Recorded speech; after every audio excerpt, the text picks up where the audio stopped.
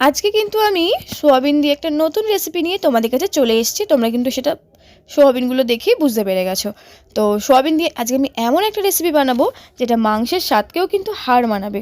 তো দেখে নাও, সোয়াবিনগুলোকে কিন্তু 15 থেকে 20 মিনিট আমি জলের মধ্যে ভিজিয়ে রেখেছিলাম। এবারে আমি জল থেকে কিন্তু একদম ছেঁকে ছেঁকে তুলে নিয়েছি। এর মধ্যে কিন্তু আর একটুও জল নেই, দেখতে পাচ্ছ আমি কিন্তু একটা চিপে দেখিয়ে দিলাম, এর ভেতরে একটুও জল নেই। এবার আমি একটা মিক্সার বোলের মধ্যে দিয়ে আমি এটাকে একটু পেস্ট করে নেবো। তোমরা চাইলে কিন্তু এটাকে গোটা গোটাও করতে পারো, তো গোটার থেকে একটু ভেঙে করলে বেশি ভালো লাগে, তার জন্য আমি একটু পেস্ট করে নিয়েছি। দেখো, খুব বেশি কিন্তু গুঁড়ো আমি করিনি, এইভাবেই করেছি। অথবা তোমরা যদি চাও তোমরা কিন্তু ছুরি দিয়ে এটাকে কেটেও নিতে পারো, যেহেতু জলের মধ্যে ভেজানো থাকে নরম হয়ে যায়, তো সেটা কিন্তু কেটেও নিতে পারা যায়। এইভাবে কিন্তু আমি একটুখানি পেস্ট করে নিয়েছি, এরকম বড় বড় করে,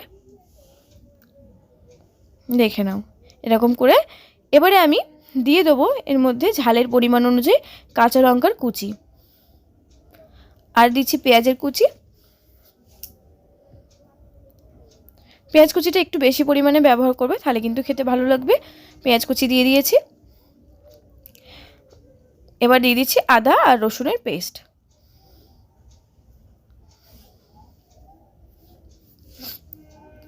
এবারে দিয়ে দেবো নুনের পরিমাণ অনুযায়ী, বা তোমরা যে যেরকম নুন খাও তো সেরকম অনুযায়ী নুনটা দিয়ে দেবে। ঝালের পরিমাণ অনুযায়ী দিলাম আমি লঙ্কার গুঁড়ো। এবারে দিচ্ছি একটা ডিম।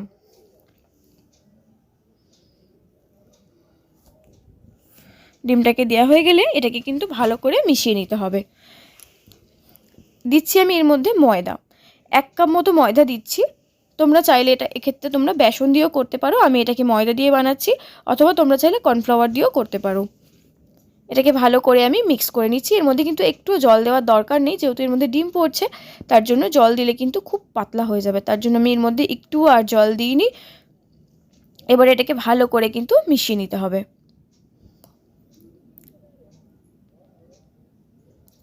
এটা বড্ড আমার পাতলা লাগছিল, তার জন্য আমি আরও একটু পরিমাণে এর মধ্যে ময়দা দিয়েছি, যাতে একটু শক্ত হয়ে যায়।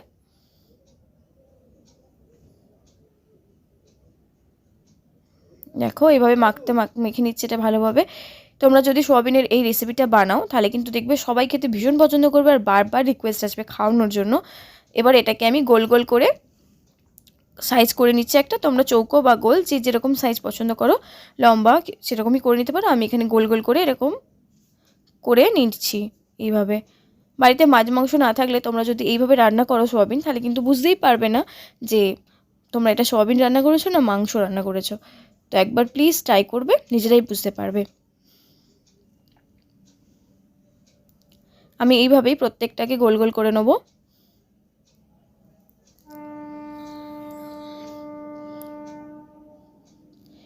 এইভাবে প্রত্যেকটা আমি গোল করে নিয়েছি সাইজ করে। তো এবারে তেল গরম করতে বসিয়ে দিয়েছি।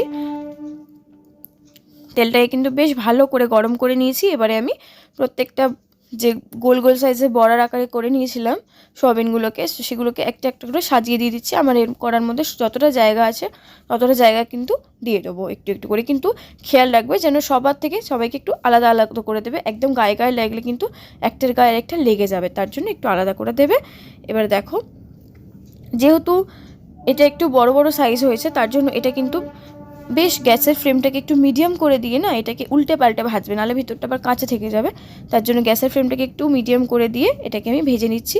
কারণ গ্যাসটা যদি জোরে থাকে, যেহেতু এর মধ্যে ডিম পড়েছে, এটা পুরো কালো হয়ে যাবে, এর ভিতরটা কিন্তু কাঁচা থেকে যাবে। তার জন্য গ্যাসের ফ্লেমটাকে মিডিয়াম করে দিয়ে আস্তে আস্তে কিন্তু একটু খুন্তি দিয়ে একটু চেপে চেপে ভাজবে, যাতে ভিতরটাও কিন্তু ভালোভাবে ভাজা হয়ে যায়।